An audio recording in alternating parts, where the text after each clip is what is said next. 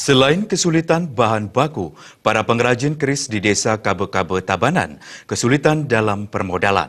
Tidak jarang para pengrajin harus menunggu barang yang dihasilkan terjual sebelum kembali membeli bahan baku. Made Subrata merupakan salah satu dari sekian pengrajin keris yang berada di Tabanan, tepatnya di Banjar-Dangin Pangkung, menekuni profesi pembuatan keris. Bersama anaknya Putih Sumara, bersama-sama menekuni profesi sebagai pandai, khususnya pembuat keris. Namun sejak krisis moneter melanda juga berdampak pada usaha yang dilakoninya, sehingga harus berusaha memutar modal dan menunggu barang yang dihasilkan terjual baru membeli bahan baku. Hal ini tentunya berdampak pada proses produksinya dikarenakan kekurangan modal.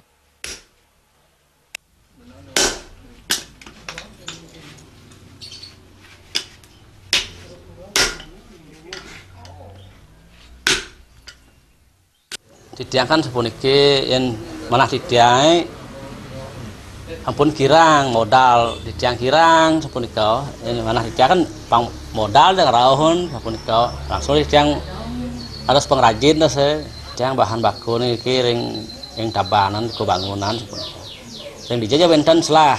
Nah, kadang-kadang didiang arah bahan puniki ngerah dia bahan gambalang angin iki dan benten bisa didiang ke gatsu didiang arah. Menyikapi hal ini, Wakil Bupati Tabanan, Komang Gede Sanjaya mengatakan, pemerintah melalui Dewan Kerajinan Nasional Dinas Perdagangan telah mendata beberapa pelaku UMKM untuk membantu permodalan dengan kredit lunak. Kalaupun belum menerima, diharapkan para pengrajin mendaftarkan usahanya ke pemerintah untuk pengajuan permodalan.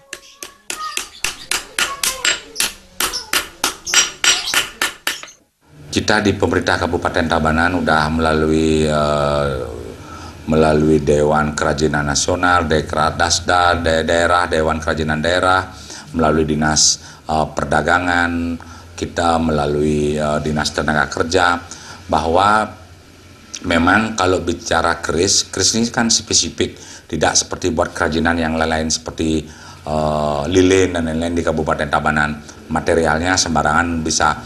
Kalau buat keris ini kan pusaka, ini perlu material yang betul-betul yang memang menurut suatu keyakinan zaman dulu, yang keris ini memang dibuat oleh seorang empu yang betul-betul hasil dari suatu perenungan dan meditasi yang sangat luar biasa.